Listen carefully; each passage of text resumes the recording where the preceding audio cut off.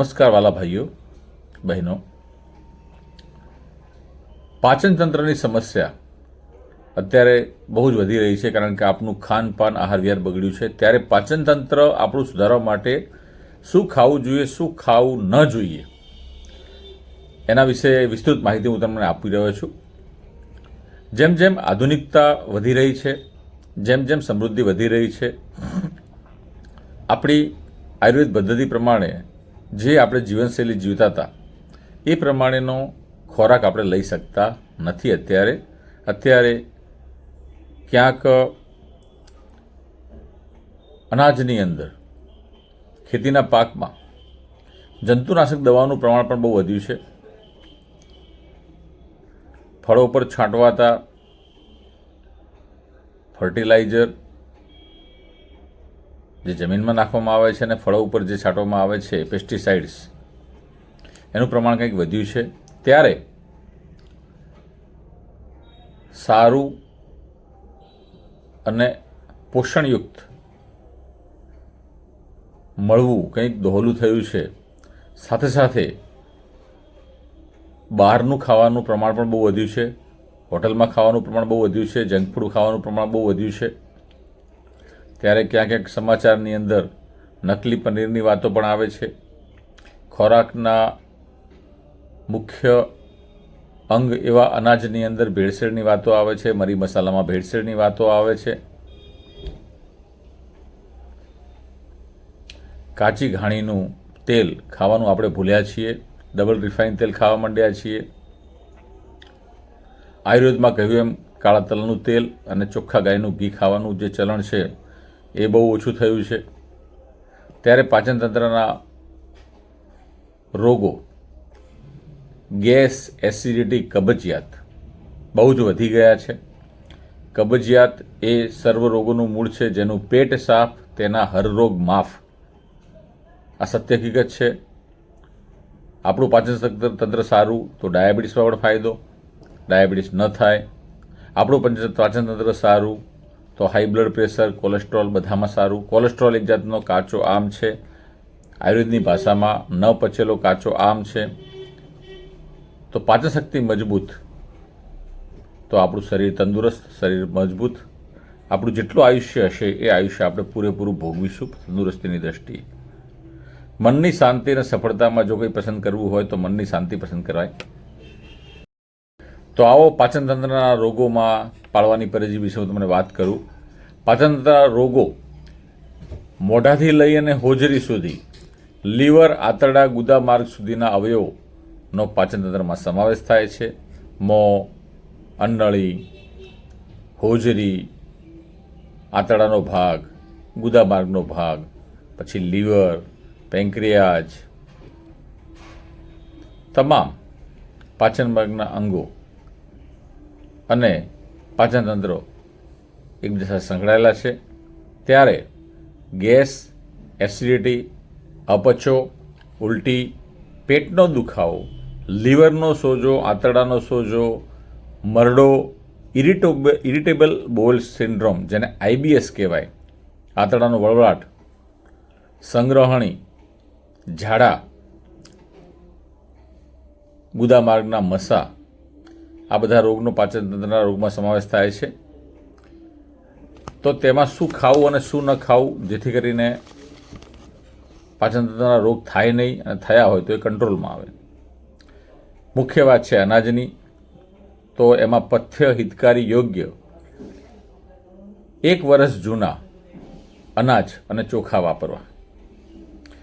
ઘઉં અને ફોતરાવાળા જવ સરખા ભાગે સહેજ જાડું દળાવી અને એનું બનાવેલું અન્ન એટલે કે એમાંથી બનાવીને ભાખરી, રોટલી, લાપસી વગેરે તમે લઈ શકો છો. અપથ્ય, અહિતકારી, અયોગ્ય ઘઉંના ઝીણા લોટમાંથી બનાવેલ વાનગી, મેંદો, આથાવાળા ખોરાક જેવા કે ઢોકળા, ખમણ, અથાણા, પાપડ વગેરે લેવું નહીં. કઠોળ અને દાળ એમાં પથ્ય છે, ખાઈ શકાય. મગ, તુવેર, મસૂર, કળથી જેવા અનાજ, કઠોળ દેશી ગાયના ઘીમાં અથવા તલના તેલમાં વઘારીને લેવા. અપથ્ય અડદ, વાલ, ચોળા, રાજમા, સોયાબીન જેવા કઠોળ લેવા નહીં. લીલા શાકભાજી વગર આપણને ખાવું ગમે નહીં. તો લીલા શાકભાજીમાં શું તમને પથ્ય છે? પાચનતંત્ર માર્ગ માટે બહુ સારું, પાચનતંત્ર માટે બહુ સારા એવા લીલા શાકભાજીમાં દૂધી આવે છે, ગલકા, તુરિયા, પરવળ, કારેલા, કંકોડા જેવા પચવામાં હળવા શાક અને વેલાવાળા શાક તથા મેથી, પાલક, તાંદળજાની ભાજી વગેરે તમે લીલા શાકભાજીમાં લઈ શકો છો. લીલી હળદર, આદુ, સુરણનું કંદ, કોળું, કુણા રીંગણ, સરગવાનું શાક આ બધું તમે લઈ શકો છો. શાક ઓછા પ્રમાણમાં લેવા, બાફીને અને દેશી ગાયના ઘીમાં વઘાર કરીને લેવા. અપથ્ય તો ભીંડા જેવા પચવામાં ભારે શાક લેવા નહીં. ભીંડો પચવામાં ભારે. કાચા શાકભાજી, સલાડ લેવા નહીં. બરાબર. વધુ પ્રમાણમાં શાક ખાવા હિતકારી નથી. તેલ અને ઘી કયા વાપરવા? તો પથ્યની કેટેગરીમાં તલનું તેલ અને દેશી ગાયનું ઘી અને દેશી ગાયનું માખણ એ પથ્યમાં આવે છે પાચનતંત્ર માર્ગ માટે.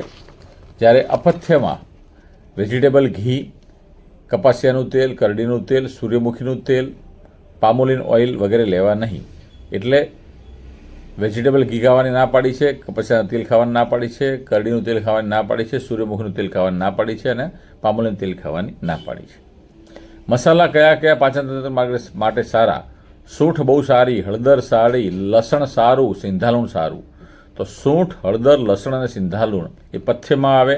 તો અપથ્યમાં ન ખાવા લાયક સૂકું મરચું અને ગરમ મસાલા. ફળમાં શું તમારા માટે સારું, પાચનતંત્રના રોગીઓ માટે સારું કે પાચનતંત્ર મજબૂત રાખવા માટે સારું? એ ફળમાં છે દાડમ બહુ સારી, સૂકી કાળી દ્રાક્ષ સારી, આંબળા સારા, નાળિયેર પાણી સારું. દૂધ અને દૂધની બનાવટો. તો દેશી ગાયનું દૂધ, બકરીનું દૂધ પથ્યમાં આવે. જીરુંવાળી તાજી મોળી છાશ એ પણ પથ્યમાં આવે. તો જ્યારે આયુર્વેદમાં ગાયનું ઘી અને ગાયનું દૂધ શ્રેષ્ઠ છે અને ન ખાવા માટે કીધું છે મઠ્ઠો અને આઈસ્ક્રીમ ન ખાવું, પાચનતંત્રના બીમારી માટે ન ખાવું. પ્રવાહી પથ્ય સૂંઠ અને સૂકા ધાણાથી ઉકાળીને ઠારેલું પાણી આખા દિવસ માટે વાપરવા આપવું. અપથ્ય કોલ્ડ્રિંક વગેરે ઠંડા પીણા, ફ્રીજનું ઠંડુ પાણી આ લેવું નહીં. કોલ્ડ્રિંક્સ કોઈ પણ સ્વરૂપે ક્યારેય લેવું નહીં. ઠંડા ફ્રીજના પાણી ક્યારેય ન પીવું. માટલીનું પાણી પીવું. તરસ કરતાં વધુ માત્રામાં પાણી પીવું નહીં. જેટલી તરસ લાગી હોય તેટલું જ પાણી પીવું. આહાર પથ્ય નયણા કોઠે હરડે, સૂંઠ અને ગોળ લેવા. મુખવાસમાં સુવા, અજમો, જીરું, શેકેલી વરિયાળી, તલ લેવા. ગૌમૂત્ર વૈદ્યની સલાહ અનુસાર લેવું એ સારું છે, પણ ગૌમૂત્ર વૈદ્યની સલાહ પ્રમાણે જ લેવું. શુદ્ધ મધ તમે લઈ શકો. તો અપથ્ય શું છે કે માંસ, માછલી ને ઈંડા પાચન માર્ગ માટે સારા નથી, તે ન લેવા. જેને પાચનતંત્રની બીમારી છે તેને પણ ન લેવા. વધુ પડતા તીખા, ખાટા, ખારા, તળેલા પદાર્થોનો ત્યાગ કરવો. ઇટાલિયન, ચાઇનીઝ, મેક્સિકન, પંજાબી વગેરે વાનગીઓ લેવી નહીં. દૂધ સાથે તમામ ખાટા, ખારા, તીખા, તળેલા પદાર્થો, ખાટા ફળ, અથાણા, ડુંગળી, લસણ, મૂળા, ગાજર, ફરસાણ, આથાવાળી વસ્તુ, ખારી વસ્તુ લેવી નહીં. એ બધું વિરુદ્ધ આહારમાં આવે. પાચન માર્ગના રોગો પણ થાય અને ચામડીના રોગો પણ થાય. માટે ડુંગળી, લસણ, મૂળો, ગાજર, ફરસાણ, આથાવાળી વસ્તુ, ખારી વસ્તુ, ખાટા ફળ, અથાણા આની સાથે દૂધ લેવું નહીં.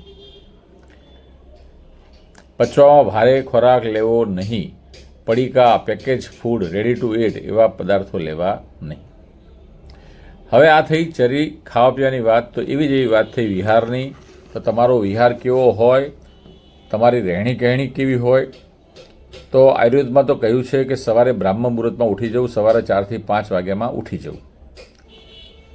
નિયમિત વ્યાયામ, યોગ, આસન, પ્રાણાયામ કરવા. જમવા સુવાની નિયમિતતા કેળવવી. તાજો રાંધેલો ઉફાળો ગરમ ખોરાક જ લેવો, જમવામાં અને પચવામાં હલકા સુપાચ્ય ખોરાક જ વાપરવા. જમ્યા બાદ 10 મિનિટ આરામથી બેસવું, પછી 100 ડગલા ચાલવું અને ત્યારબાદ ડાબા પડખે 10 મિનિટ જાગતા આરામ કરવો. બ્રહ્મચર્યનું પાલન કરવું. કડવા લીમડાના પાન, કણજીના પાન અથવા ગરમાળાના પાનથી ઉકાળેલું પાણી નાહવા માટે વાપરવું.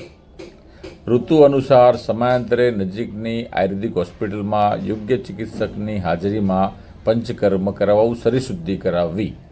અપથ્ય શું ન કરવું? તો કે મોડા ઉઠવું નહીં. સૂર્યોદય પછી ઉઠવાની ના પાડી છે, એટલે જાગવું તો ખરી, પણ નિયમ ટેવ એવી પાડવી કે આપણે સવારે વહેલા ઉઠી જવું.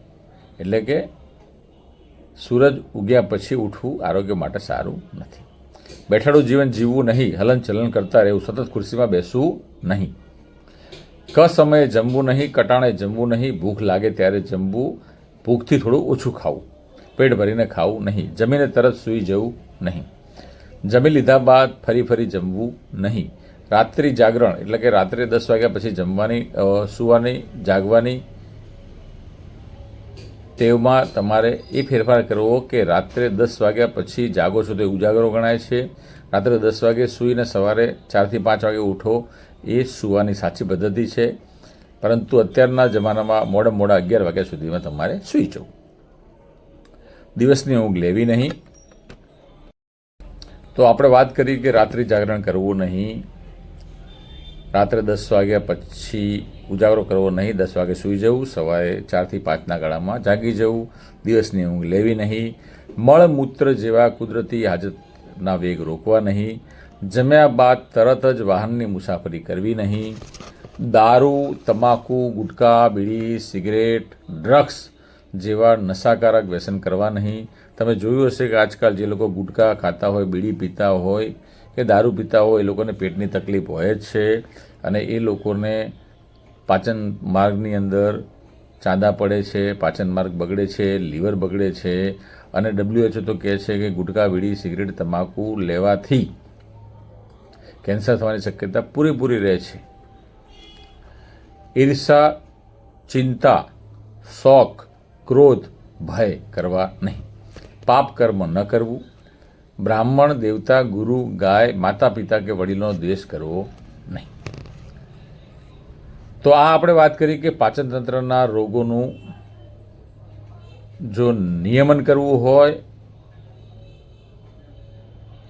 થતા અટકાવવા હોય કે થયા હોય તો અટકી જાય અને ન થાય એના માટે આ પ્રકારનો આહાર વિહાર તમે કરો તો એ તમારા માટે બહુ જ ફાયદાકારક છે. મારું નામ ડૉક્ટર હિતેશ પ્રજાપતિ છે. થરાદ બસ સ્ટેશનની સામે મારું દવાખાનું છે. ચામડીના રોગો માટે હોમિયોપેથિક, આયુર્વેદિક અને એલોપેથિક ટ્રીટમેન્ટ આપી રહ્યા છીએ. સાથે સાથે વ્યસન મુક્તિમાં ગુટખા, બીડી, સિગરેટ, તમાકુ અને વિદેશી દારૂ જે આજકાલ લોકો નવા દારૂ પીતા શીખ્યા છે એ લોકોના દારૂ સરળતાથી અમે છોડાવી દઈએ છીએ. 5 વર્ષથી ઓછાના સમયગાળામાં જે લોકો દારૂ પીતા હોય, વિદેશી દારૂ પીતા હોય કે દેશી દારૂ પીતા હોય, એ લોકોના સરળતાથી છોડાવી દઈએ છીએ. માટે વ્યસન મુક્તિનું કામ પણ કરીએ છીએ. તો ચામડીના રોગો અને વ્યસન મુક્તિ માટે હોમિયોપેથિક દવા લેવા માટે આપ આવી શકો છો. થરાદ બસ સ્ટેશનની સામે મારું દવાખાનું છે. 9270 70 193 મોબાઈલ નંબર છે. થરાદ બસ સ્ટેશનની સામે. જય હિન્દ, જય ભારત.